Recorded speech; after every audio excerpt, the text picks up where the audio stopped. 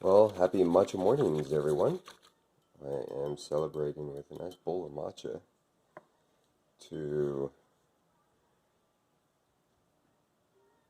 well, celebrate that I made it. Thank you.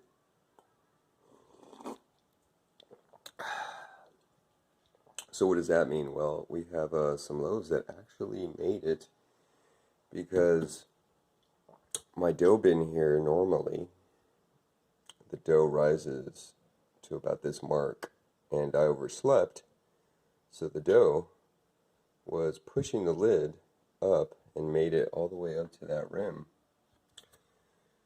And I woke up.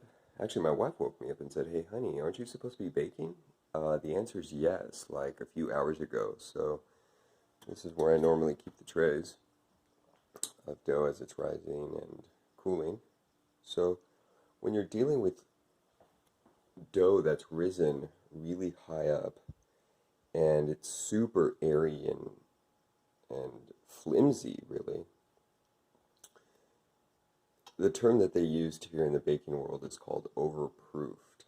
So when you shape it into whatever shape, whether it's a long loaf or a nice boule round loaf, it has a tendency to start to crack and split open on you. Not as a finished product, but as the raw dough that's waiting to be baked. So it has a tendency to also not keep its shape and have blowouts. So let's say dough will shoot out the side and or flop over, like maybe this one isn't too bad. That could just be the natural progression of the dough expanding, and my slit, right, was not deep enough, or it just did its own thing and said, screw it, I'm just going to blow out right here. And it loses that perfect loaf look.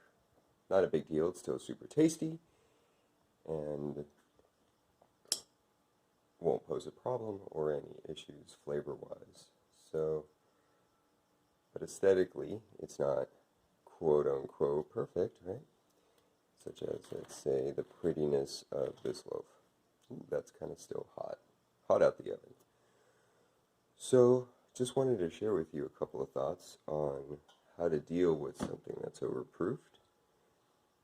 I normally take the dough and shape them, put them in my rack, and they go straight into the oven.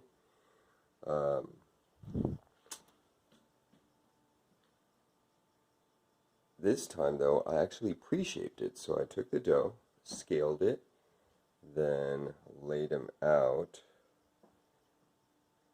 for probably, I'd say 15 minutes, then gave them the last very delicate tuck.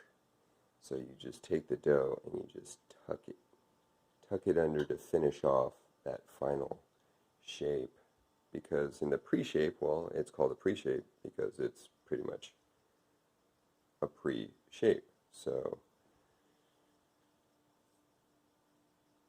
the point here I want to make is when you're dealing with super overproofed bread, you're going to want to be extremely delicate with it, because knocking out the dough, well,